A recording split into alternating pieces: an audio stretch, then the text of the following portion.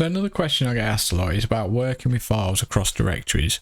Because I'm telling people to keep themselves organized, they might actually have things like a text files folder where they've got all their different text files in there. Absolutely brilliant. So therefore, how do you access them? Well, it's actually really easy. So if I wanted to say read from that file, let's go for the tf equals, that's text file, file open test.txt. Well, this won't work at the moment, but just bear with me. So if we open that with read permissions, and I'll do data equals tf.read,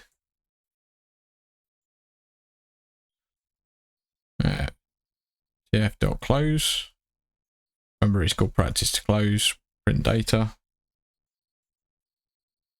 So you saw this in a previous video and it worked. The only difference is, look, it says no such file or directory test.txt. So what you need to do is you need to make sure we've got in here the full, just like when you're navigating, the full directory source path. So if I do test files /text test.txt, oh, it's text files, not test files, text, it works. So that's printed out the data in that file. So I would advise you, I see some students doing the full path. So, you know, like the C ..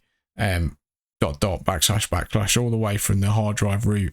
Now, I get why sometimes it feels like the right thing to do, but you'll find as you package up and you maybe move your files around, that becomes the wrong approach. I would say always do the path from wherever it is in main. So just treat it like, if I'm running this file here, what is the directory to get to where I want to go? So if I'm in main, I need to go inside the text files folder to get to that test.txt.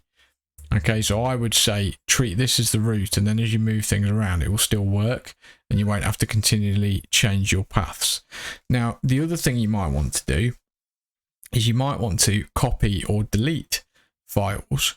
Now, I want to show you how to do that. So there's two things you might want to import here. So two modules that you don't need to build, they're built for you. So one is OS, which has lots of nice use cases, and the other one is Shutil. So Shutil, like that. So what this will allow us to do is two things. So one, and I'll go for copy first, because if I copy a file, I can then delete it. So I can make a copy of that test.txt file by doing shutil.copy file, and then inside here I need to do source and destination. So what I mean by that is I need to do the source, which is for me text files /test.txt, then comma, and then where I want it to go to. So I'm going to actually put it into a new file called copy.txt.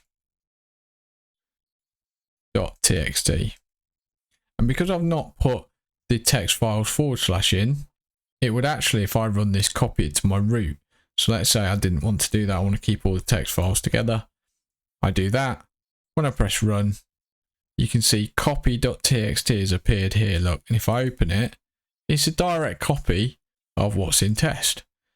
So it's really easy to create a new file. So I've copied the file.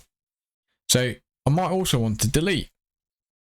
So if I want to delete a file, that's really easy. That's just os.remove. And then inside here, I just need to put the full path of what I want to remove. So it's this here. I want to remove this copy file. So what this is going to do, it's going to copy it. It won't copy it because it's already there. It'll just replace what was already there. And then it's going to delete it. So we should see when I run this copy disappear. And it's gone. So hopefully you now understand how to separate your files into folders, and then how to work with them from your main file.